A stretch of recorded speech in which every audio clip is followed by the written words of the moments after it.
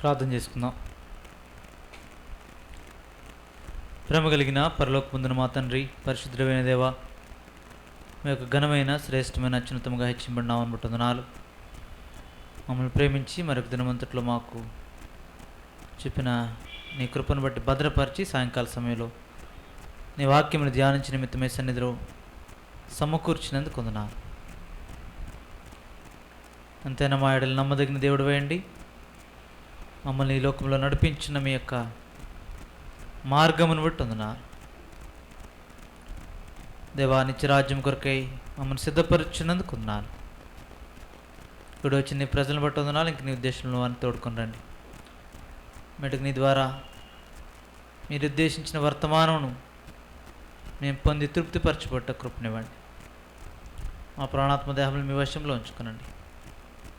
మీ కంచె వేయండి, మీ రక్త ప్రోక్షణ క్రిందించండి, మీ సన్నిధితో నింపండి, మీ ఆత్మ సంచారం మా మధ్య ఉంచండి. సార్వత్రిక సంఘాన్ని కూడా జ్ఞాపకం చేసుకుంటున్నాం. ఆయా చోట్ల చెదిరిన పరిశుద్ధులు వారి అవసరతల్లో చాలని దేవుడు వేయండి. దేవమెట్టుకి సాయంకాల కొడుకులో ఆదరించేంతవరకు మీ శిరసత్వం, మీ ఆధిపత్యం అధికారానికి కొమ్మలు తీసుకుని వస్తుంటుండగా మీరే మా మధ్య వసించి మాతో మాట్లాడి మమ్మల్ని నడిపించమని ఈ సిస్టంలన్నింటినీ కూడా నీ చేతికి అప్పగిస్తున్నాం. వాతావరణాన్ని మీ స్వాధీనంలో ఉంచుకునేందుకు వందనాలు. కొనసాగింపు చేయండి దేవా. మీరే మా మధ్య సింహాసనాసీనుడు అండి, మహింపరచబడవలసిందిగా కోరుతూ యేసుక్రీస్తు ప్రభువు రక్షకున్నామని ప్రార్థించి వేడుచున్నాను తండ్రి.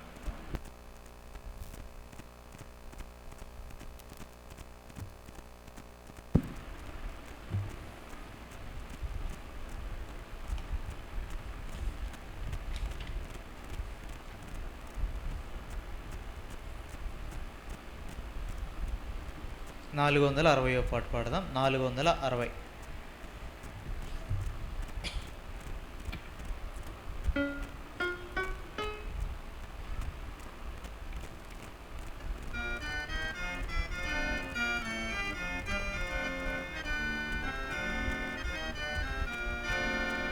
ప్రభుని గృహము ఆయన మహిమతో పరిపూర్ణముగా నిండెను.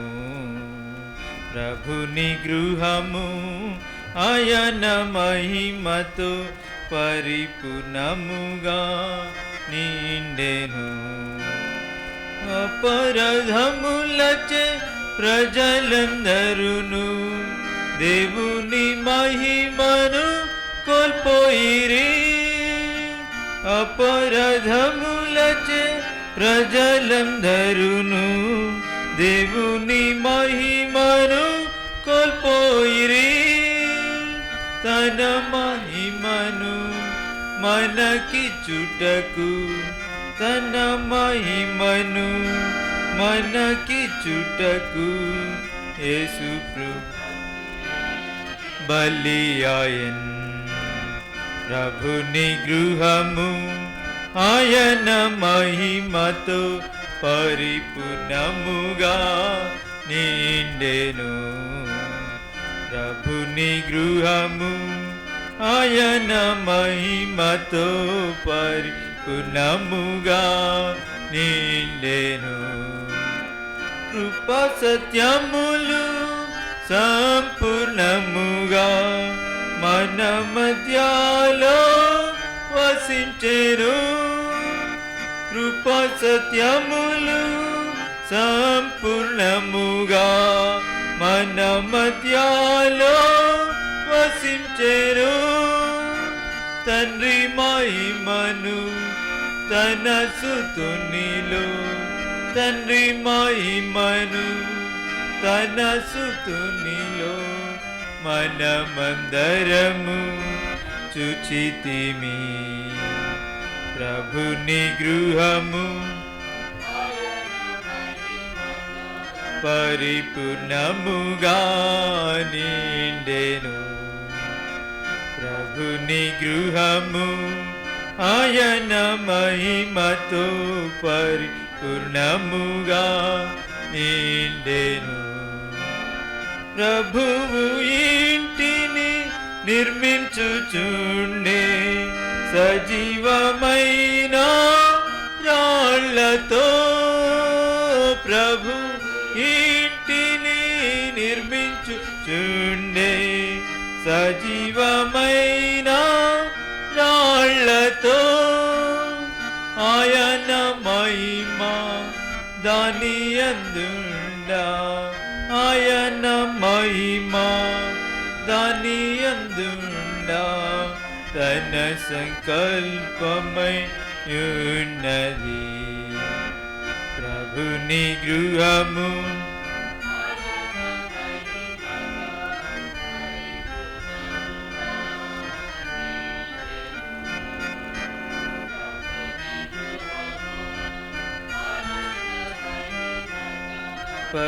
పరిపూర్ణముగా నిండెను శాంతి రాజు ఇల్లు కట్టుచున్నాడు మానవ హస్తము అందుండదు శాంతి కట్టుచున్నాడు మానవ హస్తము అందుండదు క్రయమునిచి స్థలము కొనెను క్రయమునిచి స్థలము కొనెను తాను కోరిన స్థలమదే ప్రభుని గృహము ఆయన మహిమతో పరిపూర్ణముగా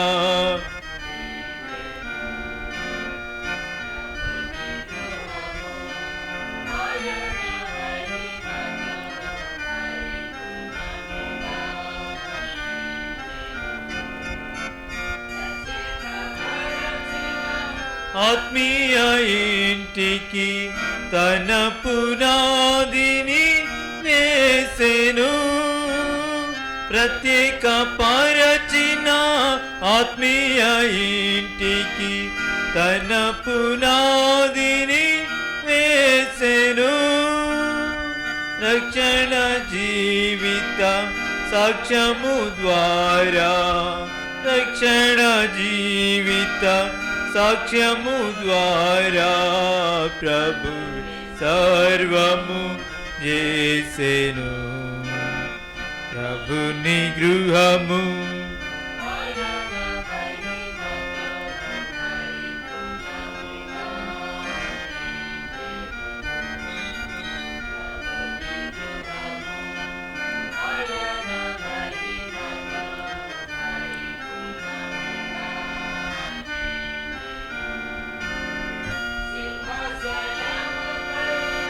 కూర్చున్న ప్రభువే అణగద్రోకెను శత్రువును సింహాసనముపై కూర్చున్న ప్రభువే అణగద్రోకెను శత్రువును సంపూర్ణ జయముతో ఆర్భటముతో సంపూర్ణ జయముతో ఆర్భటముతో చెనుతన ఇంటిని ప్రభుని గృహము ఆయన మహిమతో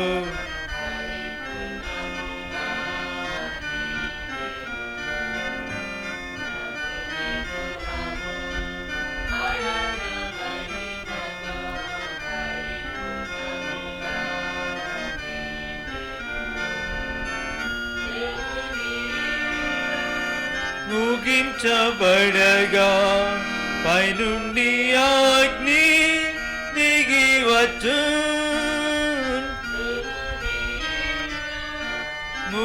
ముగించబడగా పైనుండి అగ్ని దిగి వచ్చు దహించబడును సర్వమలినము దహించబడును సర్వమలినము ఇంటిని మహిమతో నింపును ప్రభుని గృహము ఆయన మహిమతో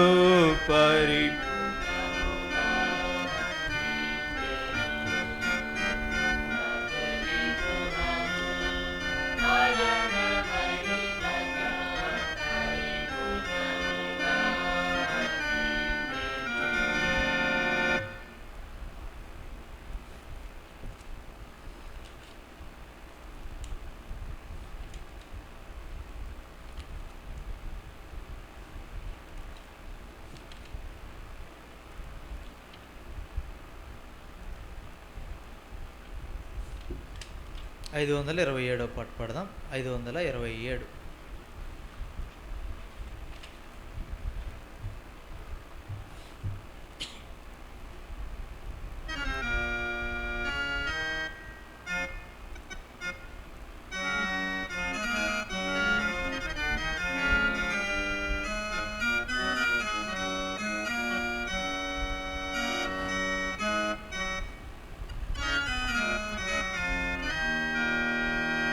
వెళ్ళేదము కుడి వెళ్ళేదము, వెళ్ళేదము కుడి వెళ్ళేదము, శ్రేష్ఠాదేశమును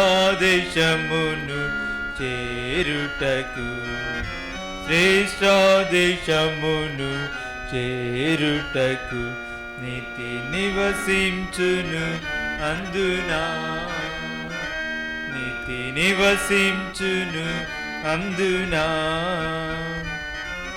భయమును కలిగి బ్రతికేదము, పరదేశులామని ఎరుగావలే, భయమును కలిగి బ్రతికేదము, పరదేశులామని ఎరుగావలే, ప్రవేశించవలె విశ్రాంతిలో, ప్రవేశించవలె విశ్రాంతిలో, తప్పిపోదుము మరచినచో,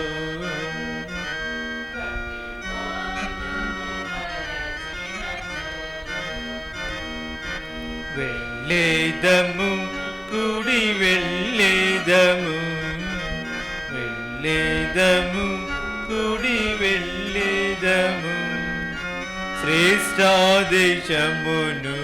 చేరుటకు, శ్రేష్ఠాదేశమును చేరుటకు, నీతి నివసించును అందునా,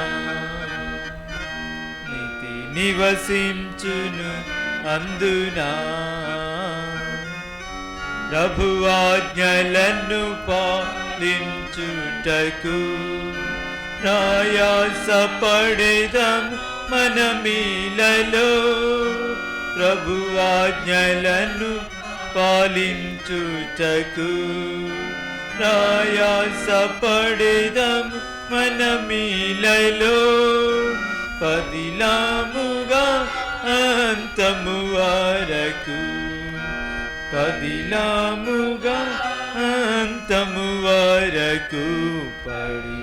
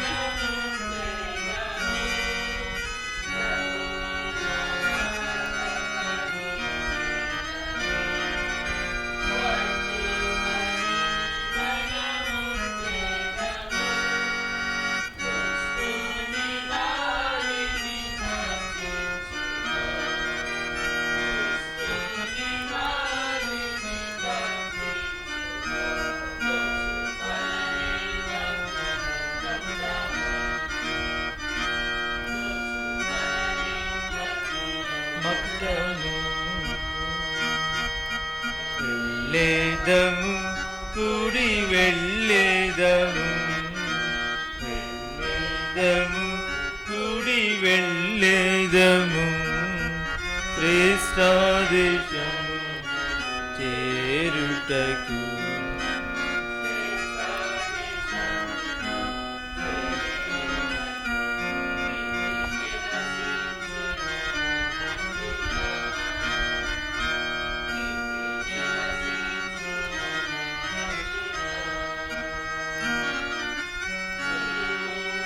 ఉరియొడ్డు ప్రతి పాపమున్ సంపూర్ణముగను తొలగించుచు సులువుగా ఉరియొడ్డు ప్రతి పాపమున్ సంపూర్ణముగను తొలగించుచు సహనము తోడ పరుగెత్తుచు సహనము తోడ పరుగెత్తుచు స్వర్గ దేశము చేరవలెన్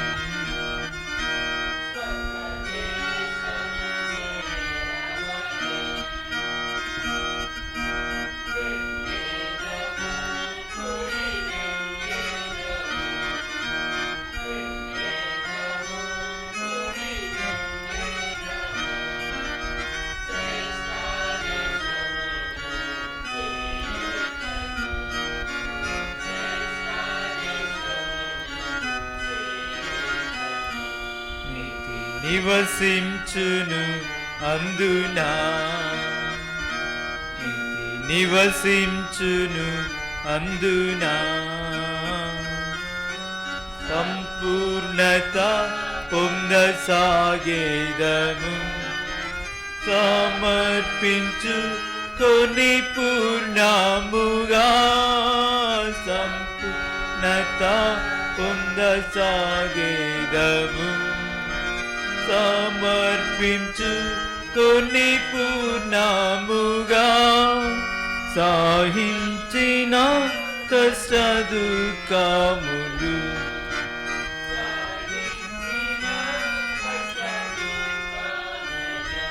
బహుగా ఫలముందెదము బహుగా ఫలముందెదము వెళ్ళేదము కుడి వెళ్ళేదము వెళ్ళేదము కుడి వెళ్ళేదము శ్రేష్ఠ దేశమును చేరుటకు శ్రేష్ఠ దేశమును చేరుటకు నివసించును అందునా నివసించును అందునా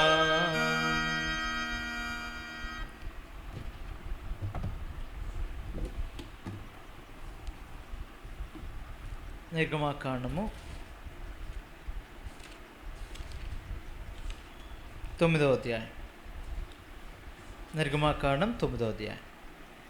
తర్వాత యెహోవా మోషేతో ఇట్లనెను, నీవు ఫరో యొద్దకు వెళ్ళి నన్ను సేవించుటకు నా ప్రజలను పోనిమ్ము. ఇదిగో యెహోవా బాహుబలము పొలంలో ఉన్న నీ పశువుల మీదకిని నీ గొర్రెల మీదకిని గాడిదల మీదకిని ఒంటెల మీదకిని ఎద్దుల మీదకిని గొర్రెల మీదకిని వచ్చును. మిక్కిలి బాధకరమైన తెగులు కలుగును.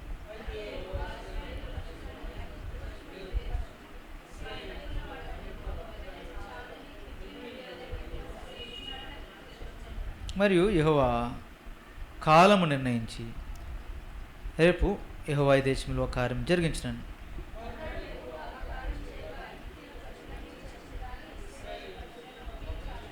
ఫరో ఆ సంగతి తెలుసుకొని పంపినప్పుడు ఇశ్రాయేలు పశువుల్లో ఒకటి చావలేదు. అయినను అప్పటికి ఫరో హృదయం కఠినమైనందున జనులను పంపకపోయాను.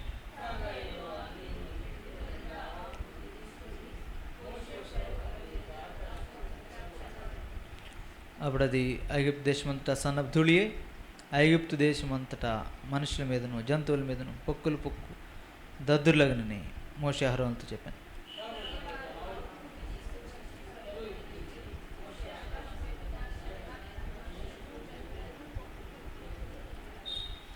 ఆ దద్దుర్ల వలన శకునగాండ్రు మోషే ఎదుట నిలువలేకపోయారు. ఆ దద్దుర్లు శకునగాండ్రుకును ఐగుప్తులందరికీ పుట్టాను.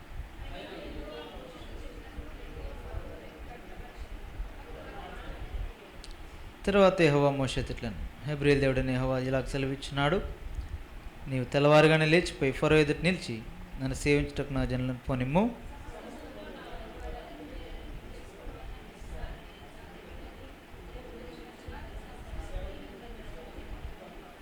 భూమి మీద నుండకుండా నీవు నశించిపోనట్లు నేను నా చేయి చాపి ఇంటిని నిన్నును నీ జనులను తెగులతో కొట్టివేసింది.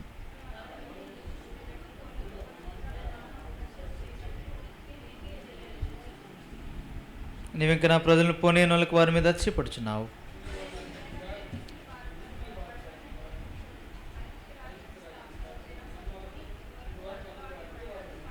కాబట్టి నీవు ఇప్పుడు పంపి నీ పశువులను పొలంలో నీకు కలిగినది యావత్తును త్వరగా భద్రం చేయం. ఇంటికి రప్పింపబడక పొలంలో ఉండి ప్రతి మనుషుని మీదను జంతువు మీదను వడగండ్లు కురియను. అప్పుడు అవి చచ్చునని చెప్పమను.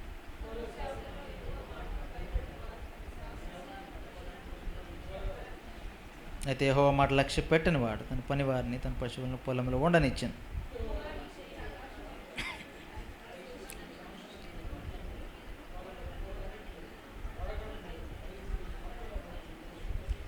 మోషే తన కర్రను ఆకాశం వైపు ఎత్తినప్పుడు యెహోవా ఉరుములను వడగండ్లను కలుగజేయగా పిడుగులు భూమి మీద పడుచుండను. యెహోవా ఐగుప్తు దేశం మీద వడగండ్లు కురిపించాను.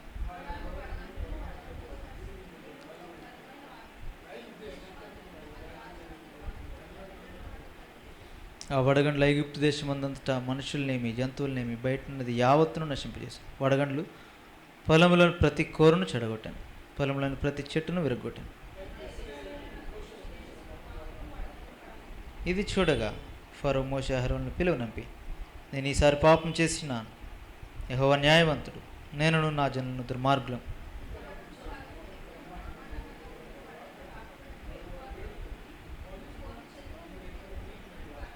మోషే అతను చూచి, నేను ఈ పట్టణం నుండి బయలు వెళ్ళగానే నా చేతులు యెహోవా వైపు ఎత్తెదను. ఈ ఉరుములు మానను, ఈ వడగండ్లు నీకు మీద పడవు. అందువలన భూమి యెహోవాదని నీకు తెలియబడి.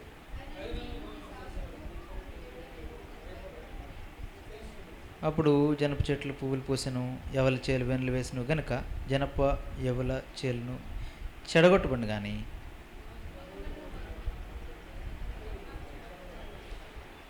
మోషే ఫరోను విడిచి ఆ పట్టణం నుండి బయలు వెళ్ళి యెహోవా వైపు తన చేతులు ఎత్తినప్పుడు ఆ ఉరుములను వడగండ్లు నిలిచిపోయాను. వర్షం భూమి మీద కురియడం మానను.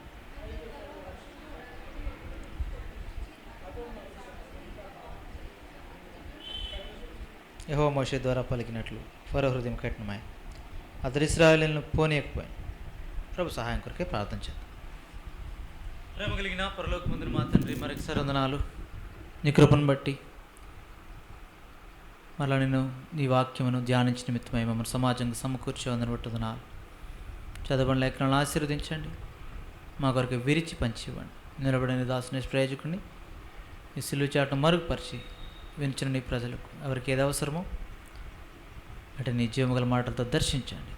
సజీవమైన అమూల్యమైన తాజాగా ఉండే నీ యొక్క వాక్యం ఈ దినం కొరకై, ఈ సమయం కొరకై, నీ ప్రజలమైన మా కొరకు ఏది ఉద్దేశించుతూ నిష్ప్రయోజక దాసుని వాడుకొని నీ ప్రజలను తృప్తిపరచండి అన్న విషయాలు నీ వైపు చూస్తూ మమ్మల్ని ప్రాణాత్మ దేహంతో మీ వశానికి తెచ్చుకుంటే యేసుక్రీస్తు ప్రమరక్షకునామని ప్రార్థించి వేడుచున్నాను తండ్రి.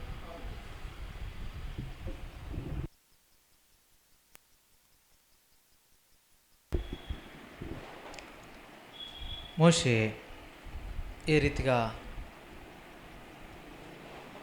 దేవుని మనస్సును ఎరిగి ఎట్లా ప్రవర్తిస్తున్నాడో మనం చూస్తున్నాం. క్రమక్రమంగా మోషేలో ఉన్న మార్పు ఆత్మీయంగా దేవునికి ఇష్టమైన వానిగా, దేవుని ప్రజలు నడిపించేవానిగా, దేవుని మనస్సెరిగి మాట్లాడేవాడిగా మనం గమనిస్తున్నాం 8వ అధ్యాయంలో. అందుకే యెహోవా మోషే మాట చొప్పున చేసిన రాయబడింది. 8వ అధ్యాయం 13వ వచనం, అలాగే 31వ వచనంలో కూడా యెహోవా మోషే మాట చొప్పున చేయగా. కాబట్టి ఒక మనుషుని మాట దేవుడు ఆ ప్రకారం చేశాడు, ఆ స్థాయిలోనికి ఆ మనుషుని తీసుకొచ్చాడు. దేవుడు మారేవాడు కాదు, ఆయన మార్పు లేనివాడు. అయితే ఆయన హృదయంలో ఉన్నది ఎరుగునట్లుగా మోషేను సిద్ధపరిచాడు. ఆ సంగతులని మనం ధ్యానించినాం. అంతేకాదు ఇశ్రాయేలుని రేపు ప్రత్యేకపరుస్తానన్నాడు, ప్రత్యేకపరిచాడు ఐగుప్తీయుల్లో నుండి. 23వ వచనంలో నా ప్రజలను నీ ప్రజల నుండి ప్రత్యేకపరుస్తా, లోకముతో కాదు వినాయిస్తాను, 22 వచనం. మరి భూలోకంలో నేనే యెహోవానని నీవు తెలుసుకున్నట్లు ఆ దినమని నేను నా ప్రజలు నివసించిన గోషేన్ దేశమును ప్రత్యేకించాడు, భద్రపరిచాడు. మరొక మాటలో అంటే భద్రం చేశాడు గోషేన్ దేశం, లేదంటే తన ప్రజలను కాపురం ఉన్న స్థలాన్ని ఈ రీతిగా ప్రత్యేకించాడు. భద్రత, ప్రత్యేకత, లోకముతో కాదు ఇప్పుడు తీర్పు. అదే ఇక్కడ కూడా చూస్తున్నాం 9వ అధ్యాయంలో కూడా. కాబట్టి లోకం మీదకి వచ్చే, ఐగుప్తు మీదకి వచ్చే, పాత నిబంధనలు ఐగుప్తు, క్రొత్త నిబంధనలో లోకము మీదకి వచ్చేది ఏది సంఘం మీదకి రాదు. దేవుడు అట్లనే భద్రపరిచాడు సంఘాన్ని, దాన్ని ఇక్కడ జ్ఞాపకం చేస్తున్నాడు. ఇంకా లోకంతో పాటు శిక్షింపబడుకున్నట్లు అంటాడు 11వ అధ్యాయంలో కొరింథీయులకు రాసిన పత్రికలో. కాబట్టి అందుచేత ప్రభువే శిక్షిస్తున్నాడు మనల్ని, లోకముతో పాటు మనల్ని కలపట్లే, అందుకే ప్రత్యేకించాడు. ఇక్కడ చూస్తే మనల్నే కాదు మన వాటిని కూడా ప్రత్యేకపరుస్తాడు. అది 9వ అధ్యాయంలో మనం చూస్తున్నాం. వెళ్ళమన్నాడు, మళ్ళీ వెళ్ళు, వారి వద్దకు వెళ్ళు, నన్ను సేవించక నా ప్రజలను పోని. ఒకవేళ పోనివ్వకపోతే ఇలా చెప్పు. మోషే వెళ్ళాడు, ఆ రీతిగా చెప్పాడు.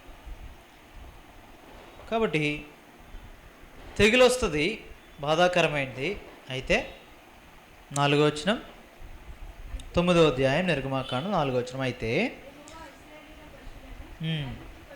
ఇశ్రాయేలీల పశువులను ఐగుప్తు పశువులను వేరుపరచును, ఇశ్రాయేలీలకున్న వాటన్నిటిలో ఒక్కటైనను చావదని హెబ్రీయుల దేవుడికి యెహోవా సెలవిచ్చున్నాడని అతనితో చెప్పు.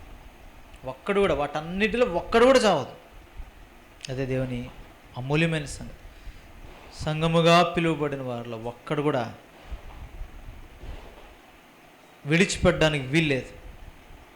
అందుకే నిజమైన సంఘాన్ని గురించి మాట్లాడినప్పుడు అదే ప్రభు ఇక్కడ జ్ఞాపకం చేస్తున్నాడు.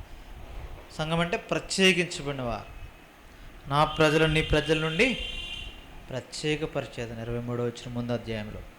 ఆ ప్రత్యేకత కలిగి నివసిస్తున్న వారు, వారికి కలిగి ఉన్న వాటితో సహా రక్షింపబడతారు. వాటిని కూడా ప్రత్యేకిస్తాడు దేవుడు. అది ఇక్కడ చూపించబడేది. అందుకే దేవుడు ప్రత్యేక చాలా వేరుపరచడం అనేది చాలా అవసరం. ఎందుకంటే మొదటి నుండి దేవుడు అదే చేస్తున్నాడు. వెలుగు కమ్మని పలికాడు, వెంటనే ఏం చేశాడు? వెలుగును చీకటిని వేరుపరిచాడు. వెలుగు చీకటి రెండు ఒకలాంటివి కాదు, రెండు ఆపోజిట్. కాబట్టి వ్యతిరేకమైన వాటిని, ఎందుకంటే ఒకటి ఆ రెండు కలిసి ఉండలేవు. వెలుగు చీకటి కలిసి ఉండలేవు, వేరుపరిచాడు. అందుకే నిజానికి వేరు అవ్వలేవు, అవి వేరుపరిచాడు. మరొక మాటలో చెప్తే వేరు అవ్వలేవు. ఒకటి అంటే వెలుగుంటే చీకటి వెళ్ళిపోద్ది, అది దాని అర్థం. వేరు అవ్వలేదంటే చీకటి ఉన్న చోట వెలుగు ఉండదు, వెలుగున్న చోట చీకటి ఉండదు. కానీ దాన్ని ప్రత్యేకపరిచాడు దేవుడు, వేరు చేశాడు. తర్వాత కూడా మరొక వేరు చూస్తాం, పై జలంలో కింద జలంలో వేరుపరిచాడు. అది వేరేది, అది 2వ దినం అనుకుంటా. ఆయన మొదట్లో నుండి వేరుపరుస్తున్నాడు. ఇక్కడ కూడా చూస్తే నా ప్రజలను నీ ప్రజలను వేరుపరుస్తానన్నాడు. ఇప్పుడు పశువులు కూడా వేరుపరుస్తానంటున్నాడు. వాళ్ళకి ఏమవ్వదు, వాటికి ఏమవ్వదు. మనం కూడా అంతే, సంఘములో చేర్చబడిన మనకు కలిగిన వాటిని కూడా ప్రభు భద్రపరుస్తాడు. భౌతికమైనవి కూడా అన్నిటినీ భద్రపరుస్తాడు. వాటిని దాన్ని ఇక్కడ సాదృశ్య రూపంగా చూపిస్తున్నాడు. ప్రభు చిత్తానుసారంగా పొందిన వాటన్నిటినీ ప్రభు భద్రపరుస్తాడు. ఆ ప్రత్యేకత మొదటి ఇశ్రాయేలీయులు ఎరగాల, తర్వాత ఫరో ఎరగాల, సేవకులు ఎరగాల, ప్రజలు ఎరగాల, లోకమంతా ఎరగాల. అది ప్రభు యొక్క క్రమాన్ని మనం చూస్తున్నాం కదా. 22వ వచనం ముందు అధ్యాయంలో ఏమన్నాడు? భూలోకంలో నేనే యెహోవానని నీవు తెలుసుకోవాలి. ముందు నీవంటే ఫరో తెలుసుకోవాలి. అంటే ఒక క్రమం దేవుడు పెట్టాడు. అందుకే ప్రతి చోట ఫరో, అతని సేవకులు, ఐగుప్తు ప్రజలు అన్నాడు. 3 విభాగాలుగా విభజించాడు. కాబట్టి ఇక్కడ కూడా ముందుకెళ్ళే కొలది ఇటు ప్రజలలో, ఇశ్రాయేలీలో ఆ నిరీక్షణను చూపిస్తున్నాడు. ఇప్పటి వరకు జరిగిన సంగతులు కాదు, ఇప్పుడు ఇప్పుడు వారి వలె మనం లేం, ఇశ్రాయేలీల వలె, ఆ ఐగుప్తీయుల వలె మనం లేం. అది చూస్తున్నారు, వారు గమనిస్తున్నారు. ముందులా కాదు, ముందులాగా ఇప్పుడు శ్రమ ఎక్కువైపోవడం కాదు, ఇప్పుడు ప్రత్యేకత గమనిస్తున్నారు. వాళ్ళు బాధలు కూడా వెళ్తున్నారు, వీరు అటు బాధలు ఏం లేవు. వాళ్ళు ఇంకా ఆవేశపడుతున్నారు, ఇంకా శ్రమలు గుండా వాళ్ళు వెళ్తున్నారు, వీళ్ళకి ఏమీ లేదు. చూస్తున్నారు, వినాయించబడింది, ప్రత్యేకించబడింది, భద్రత సంఘానికి ఉంది, చూస్తున్నారు. ఇప్పుడు వాడు కలిగి ఉన్న వాటికి కూడా భద్రత ఉంది, గమనిస్తున్నారు వారు. ఫరో ఈ కార్యం జరిగినప్పుడు సమయం ఇచ్చాడు దేవుడు. ఏమన్నాడు? 5వ వచనం, 9వ అధ్యాయం 5వ వచనం, నిర్గమకాండం. కాలము నిర్ణయించి రేపు యెహోవా దేశంలో ఈ కార్యము టైం ఇచ్చాడు, రేపు సమయం ఇచ్చాడు. కానీ జరుగుతుంది కార్యం, నిర్ణయ కాలంలో జరుగుతుంది, సమయం ఇచ్చాడు. వారు పశ్చాత్తాపడలే. అందుకే ఐగుప్తీయుల పశువులని చచ్చిన, కానీ ఇశ్రాయేల్ పశువుల్లో ఒకడు కూడా చావలే. ఫరో మళ్ళీ తెలుసు కూడా పంపించాడు, తెలుపబడింది ఇశ్రాయేల్ పశువుల్లో ఒక్కడు కూడా చనిపోలే. అయినా అప్పటికీ ఫరో హృదయం ఏమైంది? సమయం ఇచ్చాడు, మనకు కూడా సమయం ఇస్తాడు. సమయం అనేది వారికి ఇచ్చాడు, నిర్ణయం చేయవలసిన ప్రభు తండ్రి. ఆయన నీకు నాకు కూడా సమయం ఇచ్చాడు. ఆలస్యం చేస్తున్నాడు, దీర్ఘశాంతం గలవాడే అన్నాడు. ఆయన రాకడ ఆలస్యం చేస్తున్నాడు, ఎందుకంటే అందరూ అంతటా రక్షణ పొందాలని, మారుమనసు పొందాలని, పరిశుద్ధులు సంపూర్ణులు అవ్వాలని, క్రీస్తు వైపు మనసు కలిగినట్టుకై ప్రయాసపడి నిమిత్తమై, ఆ క్రమంలో నడుచుకుని నిమిత్తమై మన ఎడల దయ కలిగి ఉన్నాడు. ఆయన సమయం ఇస్తున్నాడు. చూడండి, అక్కడ సంఖ్యాకాండం 16వ అధ్యాయంలో కూడా సమయం ఇచ్చాడు. అక్కడ కోరహు, దాతాన్, అబీరాం మరొకడు మరి లేచారు. ఇంకా ప్రధానులు వాళ్ళందరూ లేస్తే రేపు యెహోవా వస్తాడు, మీ మధ్య దేవుడు వస్తాడు, లేదంటే రేపుటి దినాన్ని అన్నాడు. సమయం ఇచ్చాడు, అక్కడ కూడా రేపు అన్నాడు. అహరోను కూడా సమయం ఇచ్చాడు. నిర్గమకాండం 33వ అధ్యాయం అనుకుంటా, రేపు యెహోవాకు పండుగ ఆచరిద్దాం, బలి రేపు సమయం ఇవ్వబడింది. అయితే వారు అక్కడ లేవీలు సరిగా ఉన్నారు, కానీ మిగిలిన వారు సరిగా లేరు. చూస్తున్నాం అక్కడ. ఇవి కూడా దాతాన్, అబీరాం వారేమి మారుమనసు పొందినట్టేం కనబడలే. ఒక ఓగు తప్ప అందరూ ఓను అని. చూడండి ఎవరు? సంఖ్యాకాండం 16వ అధ్యాయంలో, సంఖ్యాకాండము 16వ అధ్యాయం 1వ వచనం. లేవికి మనుమనుమడు, కహాత్ మనుమడు, ఇస్సాకు కుమారుడైన కోరహు, దాతాన్, అబీరాములు ఆ ఓనును యోచించుకొని ఇశ్రాయేలు పేరు పొందిన సభికులను సమాజ ప్రధానులైన 250 మందితో మోషేకి ఎదురుగా లేచారు. మోషే అహరోను వ్యతిరేకంగా లేచారు వారు. అప్పుడు చెప్పాడు, రేపు ఈ సంగతి చూద్దాం రండి. 5వ వచనం, తనవాడెవడో పరిశుద్ధుడెవడో రేపు యెహోవా తెలియజేసి రానిచ్చును, చేర్చుకొనును. కాబట్టి చెప్పాడు రేపు యెహోవా సన్నిధిని ధూపద్రవ్యం వేయండి, ధూపం ఇద్దాం రండి. రేపు రాత్రంతా సమయం ఇచ్చాడు. కేవలము పెలెతు కుమారుడైన ఓను మాత్రమే అక్కడ నాశనమైనట్టు కనబడ్డ, అంటే ఆయన ఒక్కడే మారుమనసు పొందాడు ఆ రాత్రి. మిగిలిన వాళ్ళు ఎవరు పశ్చాత్తాపడలే. కోరహు కుమారులు ఎలాగూ ప్రభు సన్నిధిలో బలిపీఠం దగ్గరికి వెళ్ళి రక్షింపడ్డారు. అయితే ఆ సమయాన్ని సద్వినియోగం చేసుకున్నాడు ఓనైతే. అందుకే వాళ్ళు చనిపోయినప్పుడు, వాళ్ళ మీద ఉగ్రత వచ్చినప్పుడు వీళ్ళ మీద ఓను మీదకి రాలే. 23 వచ్చినప్పుడు అప్పుడు యెహోవా మోషేకి సెలవు ఇచ్చును. 23 కోరహు, దాతాన్, అబీరాముల యొక్క నివాసముల చుట్టుపట్లన తొలిపోండి. వాళ్ళ ముగ్గురికే చెప్పాడు. ఇక్కడ ఓను సంగతి చెప్పలే, ఎందుకంటే ఆయన బహుశా మారుమనసు పొంది ఉండొచ్చు. సమయం ఇవ్వబడింది, వారు కూడా సమయం ఇచ్చాడు దేవుడు. ఇట్లా ఇశ్రాయేలీలు కూడా ప్రభువుని ఎరగాల, ప్రభు యొక్క గొప్పతనం ఈ సంగతుల ద్వారా తన వారు కూడా ఎరగాలి. వారిని కూడా క్రమంలో నడిపిస్తున్నాడు. మరలా ఫరో హృదయం కఠినమైంది. 9వ అధ్యాయం నిర్గమాకాండం. మరలా పంపించాడు. మోషేని ఆవ బొగ్గు తీసుకుని వెళ్ళమన్నాడు. ఫరో ఎదుట ఐగుప్తు దేశం అంతటా దదులు రావాలి. ఈ స్టెప్కి, ఈ సూచక క్రియకి వచ్చేసరికి ఎక్కడేం జరిగింది? అందరికి వచ్చాయి. ఇప్పుడు వారందరికీ ఐగుప్తీయులు. 11వ వచనం, ఆ దదుల వలన సక్కునగాండ్రు మోషేదుట, ఈ స్టెప్లో ఇంకా సక్కునగాండ్రు మోషేదుట నిలవలేకపోయారు. ఎందుకంటే వారికి ఐగుప్తీయులకి ఏమొచ్చినాయి? ఈ పొక్కు దద్దులు వచ్చాయి. ఇంక నిలవలేకపోయారు వారు. అప్పటి వరకు చేయడానికి ప్రయత్నించారేమో కానీ కొన్ని చేశారు, ఇంకా ప్రయత్నించారు, అవ్వలేదు, దైవశక్తి అన్నారు. ఇంక ఇప్పుడు నిలవలేకపోయారు. కనీసం ఒక దినాన్ని ప్రభు ఎదుట నిలవలేరు. ఎవరైతే సంఘంలో చేర్చబడరో, సంఘానికి వ్యతిరేకంగా ఉంటారో నిలవలేరు దేవుని ప్రజలు ఎదుటి వారు. అటువంటి స్థితి ప్రభు తీసుకొస్తాడు. క్రమక్రమంగా వస్తుంది. ఇది ఒకేసారి వచ్చేది కాదు. కాబట్టి అయినా ఫరో హృదయం కఠినమైంది. మళ్ళా దేవుడు వెళ్ళమన్నాడు. పొద్దునేళ్ళు మళ్ళీ చెప్పు ఫరోతో. ఈసారేంటి? ఈసారి వడగండ్లు. అంతేకాదు 14 వచనం, సమస్త భూమిలో నా వంటి వారెవరినూ లేరని నీవు తెలుసుకున్న వల్ల ఈసారి నేను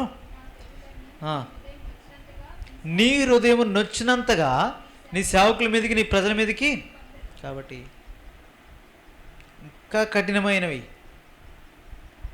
వారి మధ్య ప్రభు చేయడానికి చూపిస్తున్నాడు.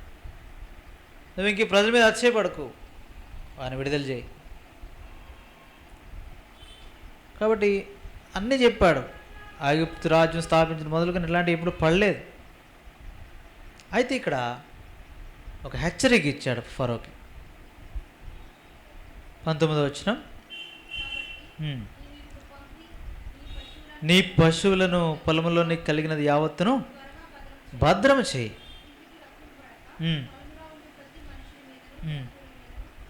వడగండ్లు కురిను చూపించాడు. ముందే జాగ్రత్త చెప్పాడు. ఇన్ని జరుగుతున్నాయి కదా, కనీసం నీ వాటి ప్రాణ రక్షణ కొరకై భద్రం చేయి. లోపల ఉన్న వాటిని నేను చంపను, భద్రం చేయబడిన వాడు. చెప్పినా వినలే. అయితే 20వ వచనం, ఫరో సేవకులు యెహోవా మాటకు భయపడిన వాడు సేవకులను పశువుల ఎండలోకి భయపడిన వారు ఉన్నారు. దేవుని మాటకు భయపడ్డారు. సంగతులు చూస్తున్నారు.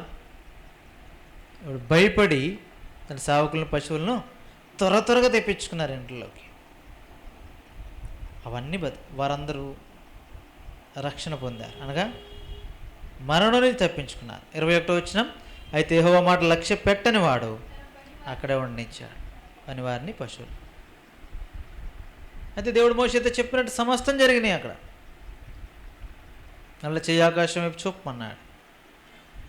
అన్నీ సమస్తం నాశనం అయిపోయినాయి. అక్కడ మనం చూస్తున్నాం. తర్వాత అంతా చదివినాం కదా. ఎవడైతే వినలేదో వాళ్ళందరూ క్రైమ్ చెల్లించారు.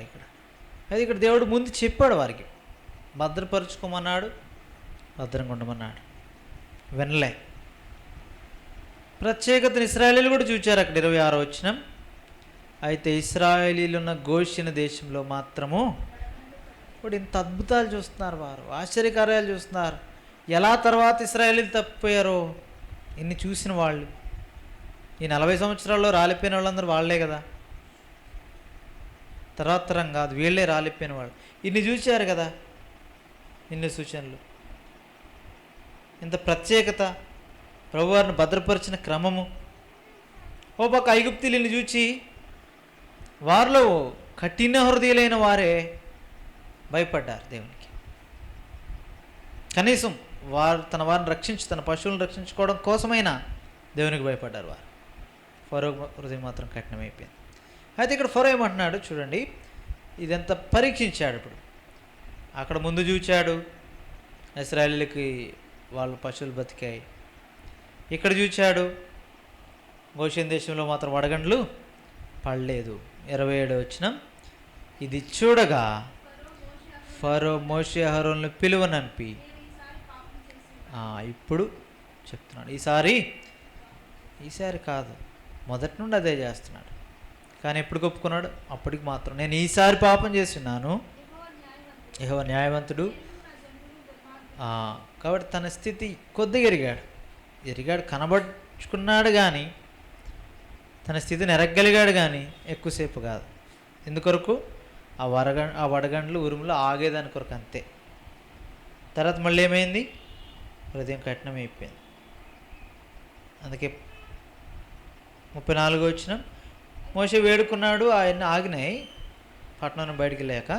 ఆ తర్వాత అయితే ఫరో వర్షమును వడగండ్ల ఉరుములను నిలిచిపోవట చూచి అతడును అతని సేవకులను ఇంకా పాపం చేయొచ్చు కఠినపరుచుకున్నారు. కాబట్టి అలవాటు అయిపోయింది వారి హృదయాలకి. తమ వరకు రాలేదు కదా అన్నట్లుగా ఉన్నారు వారు. ఇక్కడ చూస్తే ఫరో అతని సేవకులు మాత్రమే, ప్రజల గురించి రాయలేదు ఇక్కడ. ఎందుకంటే ప్రజలు ఏమయ్యారు ముందే? ఫరో సేవకులే. అయితే ప్రజలు ముందే దేవునికి భయపడ్డారు, వారు దేవునికి విధేయత చూపించారు, దేవుని మాటకి కొద్దిమంది అయినా చూపించారు. అయితే ఫరో అతని సేవకులు, ఎందుకంటే వీరు కఠిన హృదయాలు, వీరు కీర్తనలో అంటాడు, కఠిన హృదయాలు దోచుకునబడి ఉన్నారని. కఠిన హృదయాలు వీరు. అందుకే వారు ఎన్ని జరిగినా, ఎంత కష్టమైనా తమ వరకు వచ్చే వరకు తెలియదు వారికి. అందుకే కఠినపరుచుకున్నారు హృదయాన్ని. అందుకే అక్కడ రాయబడింది, యెహోవా మోషే ద్వారా పలికినట్లు ఫరో హృదయం కఠినమైంది. చెప్పాడు కదా, కఠినమవుతుంది అంతే. మోషే ముందే చెప్పేశాడు 30వ వచనంలో, ఆయనను నీవును నీ సేవకులను ఏకన దేవుడని యెహోవాకు భయపడరని తెలుసు నాకు. ఎందుకంటే ప్రభు మనసు కలిగి ఉన్నాడు. అందుకే అక్కడ రాశాడు మళ్ళీ, యెహోవా మోషే ద్వారా పలికినట్లు ఫరో హృదయం కఠినమైంది. అంటే మోషే పలికాడు కాబట్టి కాదు, మోషేకి ముందే తెలుసు, ఎందుకంటే దేవుడు చెప్పాడు కాబట్టి. ఫరో హృదయం అలాంటిదే కాబట్టి, అంతేగాని దేవుడు కాదు, లేదంటే మోషే కాదు ఫరో హృదయాన్ని కఠినపరిచింది. ఫరో స్వభావం అలాంటిది. అది దేవుడు చెప్పాడు మోషేకి అర్థమైంది, అదే చెప్పాడు. నువ్వు భయపడు ఇన్ని జరిగినా దేవుని మీద, నాకు తెలుసు. అయితే ఈ సూచక్రియ మహత్కార్యం ఎందుకు? ఈ వడగండ్లు ఇవి ఎందుకు? అటు ఫరో కూడా మాట వినట్లేదు. మరి ఎందుకు అంటే, ఎందుకని చెప్పాడు ఇక్కడ 28వ వచనం, లేదంటే 29వ వచనం, మోషే అతన్ని చూచి బయలు వెళ్ళగానే యెహోవా వైపు ఎత్తెదను, ఈ ఉరుములు మానును, ఇక మీద పడవు, అందువల్ల భూమి యెహోవాదని నీకు, భూమి యెహోవాదని ఫరో తెలుసుకోవాలా. దాని కొరకే ఇదంతా జరిగేది. కాబట్టి ఇది ఫరోకే కాదు, మనం కూడా చాలా జాగ్రత్త పడాలి. ఇశ్రాయేలీలకు కూడా ఇది జాగ్రత్త, ఫరోకే కాదు. ఈ సూచక్రియలు మహత్కార్యములు ఐగుప్తీయుల కొరకు కాదు, వారికి మాత్రం కాదు, ఇశ్రాయేలీల కొరకు కూడా. వారు కూడా తమ దేవుడు ఏంటో, ఆయన గొప్పతనం ఏంటో, తమ నిస్సహాయ స్థితి ఏంటో వారు ఎరగాల. వారెంత బలహీనలో ప్రభు ఎంత బలవంతుడు ఎరగాల. వారి దేవుడు ఎలాంటి వాడో ఇశ్రాయేలీయులు కూడా ఎరగాల. వారి నిమిత్తము కూడా ఈ ప్రత్యేకత, ఈ వేరుపరచుట వారు ఎరగాల. ఇప్పుడు ఆత్మీయంగా చూస్తే మన జీవితాల్లో కూడా, వ్యక్తిగతమైన జీవితాల్లో కూడా మోషే ద్వారా పలికినట్లు అన్నాడు కదా, మాట ద్వారా వేరుపరిచాడు. మనలో కూడా వేరుపరచవలసిన సంగతులు వాక్యం ద్వారా వేరుపరుస్తూ ఉంటాడు. ఆ సంగతులు మనం కూడా దృష్టించాలి. ఇశ్రాయేలీయులు దృష్టించాలి. ఇక్కడ దేవుడు ఎలా వేరుపరిచాడు, ఎట్లా వినాయించాడు గోషేన్ దేశాన్ని, ఎట్లా తమ పశువులు చావకుండా భద్రపరిచాడు, ఎట్లా ప్రత్యేకపరిచాడు, ఎట్లా వేరుపరిచాడు. ఐగుప్తీయుల నుండి తన ప్రజలను ఎట్లా ప్రత్యేకపరిచాడు. వడగండ్లు ఆ దేశంలో పడలేదు, ఎట్లా ప్రత్యేకపరిచాడు, ఎట్లా భద్రత ఇస్తున్నాడు చూపిస్తున్నాడు. అక్కడ క్రొత్త నిబంధనలు కూడా ఇదే ప్రత్యేకత ఇస్తున్నాడు దేవుడు. ప్రత్యేకంగా ఉండండి అన్నాడు. ఇశ్రాయేలీయులు కూడా తర్వాత దినాల్లో ప్రత్యేకత గురించి మాట్లాడాడు.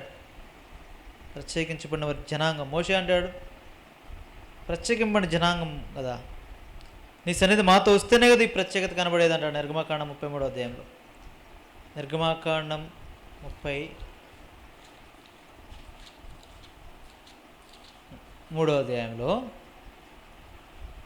16వ వచనం. నా ఏడలను నీ ప్రజల ఏడలను నీ కటాక్షం కలిగిందని దేవుని వలన తెలియబడును, నీవు మాతో వచ్చటం వల్లనే కదా. అట్లా మేము అనగా నేను నీ ప్రజలను భూమి మీద ఉన్న సమస్త ప్రజల్లో నుండి ప్రత్యేకత గుర్తు ఏంటంటే నీవు మాతో వచ్చటం వల్లనే కదా. ప్రత్యేకత అంటే ఎట్లా వచ్చింది? సపరేట్గా ఎక్కడో ఉండమని కాదు అర్థం. అక్కడ ఎవరి మధ్య ప్రభు సన్నిధి ఉందో వాళ్ళు ప్రత్యేకింపండి జన. ఎట్లా తెలుసుకుంటారు? దేని వలన తెలియబడును? నీవు మాతో వచ్చటం వల్లనే. అంతేగాని మేము ప్రత్యేకంగా ఉంటాం ఒక సపరేట్గా ఒక చోట జీవించడాన్ని బట్టి కాదు ప్రత్యేకత, ప్రభు వారి మధ్య ఉండుటను బట్టి ఆ ప్రత్యేకత. అందుకే అన్నాడు నీ సన్నిధి మాతో వస్తే తప్ప నేను ముందుకు పోలేను, నువ్వు మాతో వస్తేనే వెళ్తాం. దేవుడు అన్నాడు నా సన్నిధి నీకు తోడుకోవచ్చు, నేను నీకు విశ్రాంతి కలిగజేస్తాను.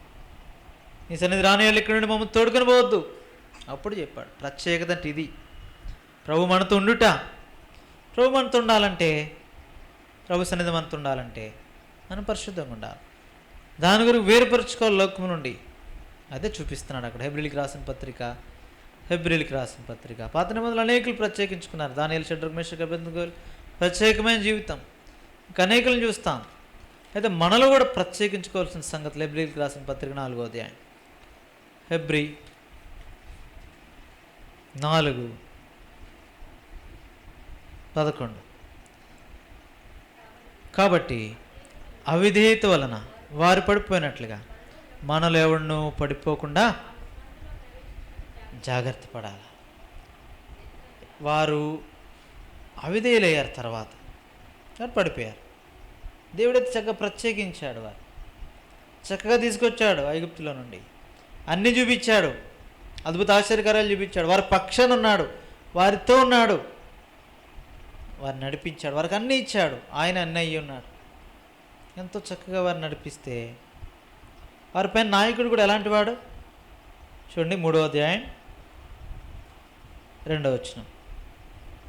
దేవుని ఇల్లంతటా మోషే నమ్మకంగా ఉండినట్టు, కాబట్టి నమ్మకమైన నాయకుడు దేవుని ఇంట్లో అలాంటి వాడిని పెట్టాడు కదా. అలాంటి వాడిని నడిపించినప్పుడు సైతము అవిధేయత వలన విశ్రాంతిలో ప్రవేశించలేకపోయారు. అందుకే మనకు జాగ్రత్త చెప్తున్నాడు ఇప్పుడు 4వ అధ్యాయం 12వ వచనం. ఎందుకనగా దేవుని వాక్యము సజీవమై బలము గలదై రెండంచులు గల ఎటువంటి ఖడ్గము కంటేనూ వాడిగా ఉండి ప్రాణాత్మలను, కేళ్లను, మూలుగులను విభజించినంత మట్టుకు దూరుచు తలంపులను, ఆలోచనలను శోధిస్తుంది, విడగొడుతుంది, విభజిస్తుంది అది. కాబట్టి వాడి అని ఖడ్గం అది దేవుని వాక్యం. కాబట్టి దేవుని వాక్యానికి ఎప్పుడైతే లోపడతామో, వాక్య ప్రకారం ఎప్పుడైతే నడుచుకుంటామో, ప్రాణాన్ని, ఆత్మని, కీళ్లను, మూలుగులను విభజిస్తుంది. ఇప్పుడు ఏది ఆత్మ సంబంధమైనది, ఏది శరీర సంబంధమైనది, ఏది జీవమునిచ్చేది, ఏది మరణము, దేవుని వాక్యం విభజిస్తుంది, వేరు చేస్తుంది. ఆయన వేరుపరిచాడు, ఆయన వాక్కు వేరుపరిచింది, ఆయన మాట ప్రత్యేకపరిచింది, ఆయన సన్నిధిని బట్టి ప్రత్యేకత కనబడింది అక్కడ. మనం కూడా అంతే. మనలో కాని సంగతులు ఏమున్నాయో, మేలేని ఉండవలసిన ఏమున్నాయో రెండింటినీ ప్రత్యేకపరిచేది దేవుని వాక్యమే. ఇంకేది ప్రత్యేకపరచలేదు. 13వ వచనం. మరియు ఆయన కనబడింది ఏది లేదు. మనకైతే కనబడినవి అన్నీ ఉంటాయి, చాలా సంగతులు కనపడవు మనకి. అయితే ఆయన అట్లాంటివాడు కాదు, అన్నీ కనపడతాయి ఆయనకి, అన్నీ చక్కగా విభజించగలడు. ఒకవేళ మనం పాలు నీళ్లు కలిస్తే మనం వేరు చేయలేం, కానీ ఆయన చక్కగా వేరు చేయగలడు. ఆయనకు అన్నీ కనపడతాయి. అలాంటిది మనలో ఏది పాపమో, ఏది మేలో, సత్క్రియలో, ఏది దుష్క్రియలో ఆయనకు తెలుసు. ఏది చెడ్డ హృదయం, ఏది మంచి హృదయం, ఏది మంచి ఆలోచన, ఏది చెడ్డ ఆలోచన, ఏది చెడ్డ తలంపు, ఏది మంచి తలంపు. ప్రభు ఎరుగును, అవి కలిసి ఉంటాయి. వాటిని ఆయన వేరు చేయాలంటే దేవుని వాక్యం అనే వాడి అని ఖడ్గాన్ని ఇచ్చాడు. శోధించేది కూడా హృదయం యొక్క తలంపులు, ఆలోచనలు శోధించేది అది. ఆయన దృష్టికి కనబడిన సృష్టి ఏది లేదు, ఎవనికి లేక అప్పచెప్పవలసినదో ఆ దేవుని కన్నులకు సమస్తము మరుగు లేక తేటగా ఉంది. కాబట్టి మన దృష్టి ఎవరి మీద పెట్టమన్నాడు? ప్రభు మీద. ఇశ్రాయేలీలు మోషే మీద పెట్టాలా? మోషేని మధ్యవర్తికి పెట్టాడు. అందుకే వారిని నడిపిస్తున్నప్పుడు మోషేనే ఇంకా, ఎందుకంటే మోషే మాట చొప్పున జరుగుతుంది. మోషే దేవుని మాట చొప్పున చేస్తున్నాడు. అందుకే యెహోవా మోషేకి చెప్పినట్టు జరుగుతుంది. యెహోవా మోషే ద్వారా పలికించినట్లు జరిగింది. అందుకే 3:1 ఏమన్నాడు? హెబ్రీ 3:1, ఇందువలన పరలోక సంబంధమైన పిలుపులో పాలు పొందిన పరిశుద్ధ సహోదరులారా. కాబట్టి ఈ పిలుపు ఇప్పుడు పరలోక సంబంధమైనది. అక్కడైతే భౌతికమైనది ఐగుప్తీయుల పిలుపు. ఐగుప్తీయుల మధ్యలోని ఇశ్రాయేలీయులకు దేవుడిచ్చిన పిలుపు భౌతికంగా వారి శ్రమలను విడిపిస్తాడు. భౌతికమైన కణాన్ని స్వతంత్రించుకునే దాని నిమిత్తమే. భౌతికంగా వారు దేవుని ప్రజలు ఈ భూమి మీద వారు మాత్రమే.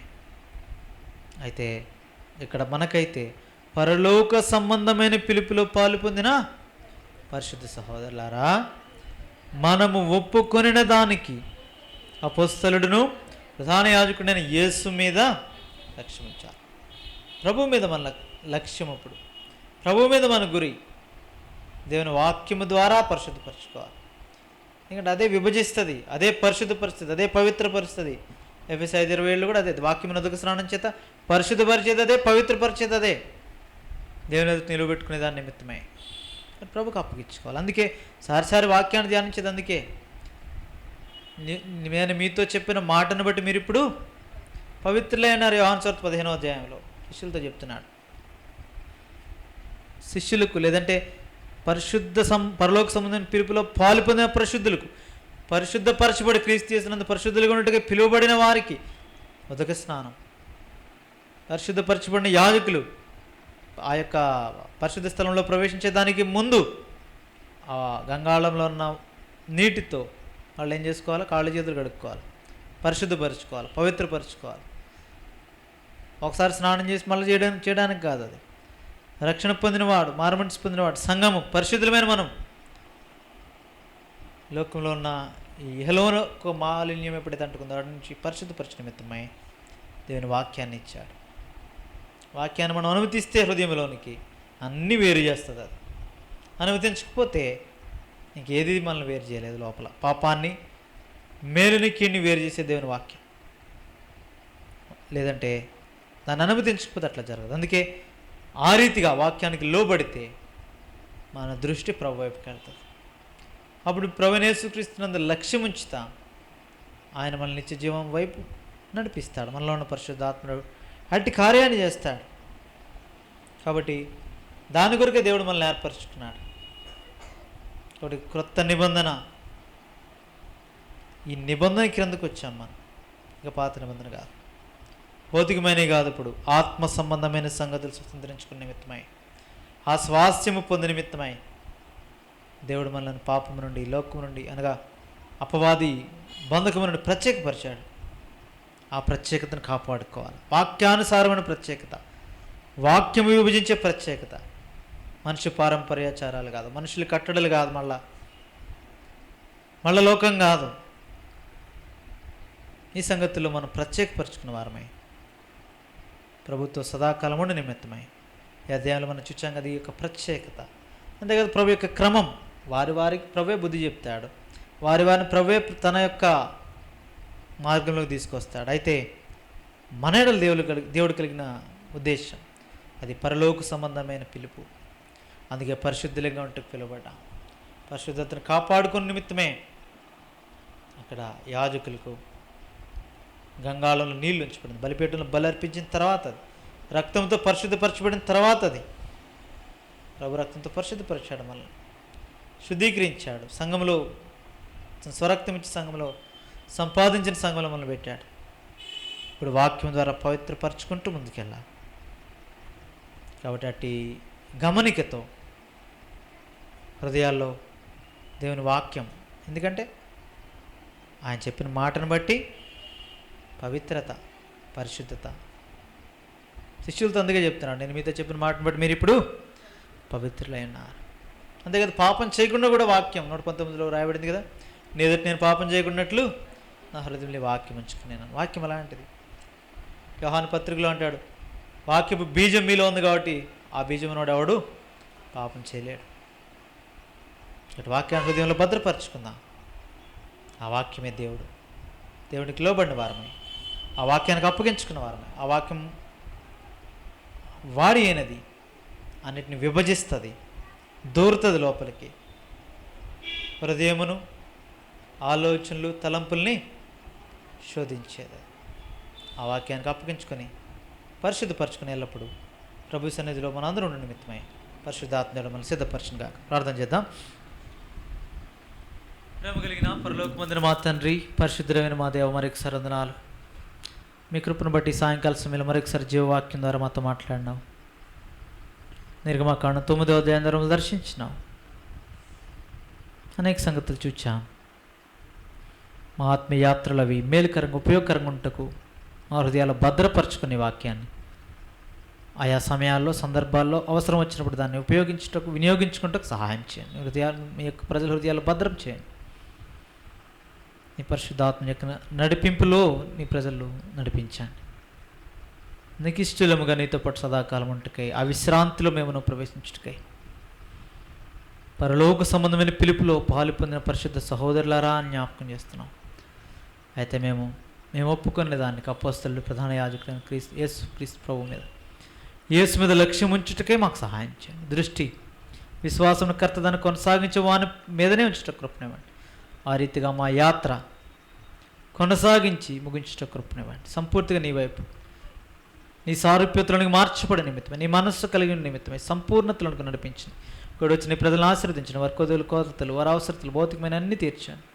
ఆత్మీయంగా స్థిరపరచండి. రాలేకపోయిన వారు బాగా అనుగ్రహించండి. మీరు అక్కడి కొరకు నీ ప్రజలను సిద్ధపరచండి. మరలా వారి గృహాలకు వెళ్ళినప్పుడు నీ దీవెనల ఆశీర్వాదములతో, శాంతి సమాధానంతో నీ ముఖ కాంతితో వారిని పంపండి. ఏ దుష్టుడే తెగులు వారిని ముట్టకుండా మీ కృపలో వారిని భద్రపరచండి. నీ ప్రజలను స్థిరపరచండి, బలపరచండి. సంఘమంతటిని, సార్వత్రిక సంఘాన్ని బలపరచండి. కొద్దులో కొరతలు తీర్చండి. ఆదరణ వారికి ఆదరణ అనుగ్రహించండి. ఆయా అవసరతలు ఉన్న వారిని జ్ఞాపకం చేసుకునండి.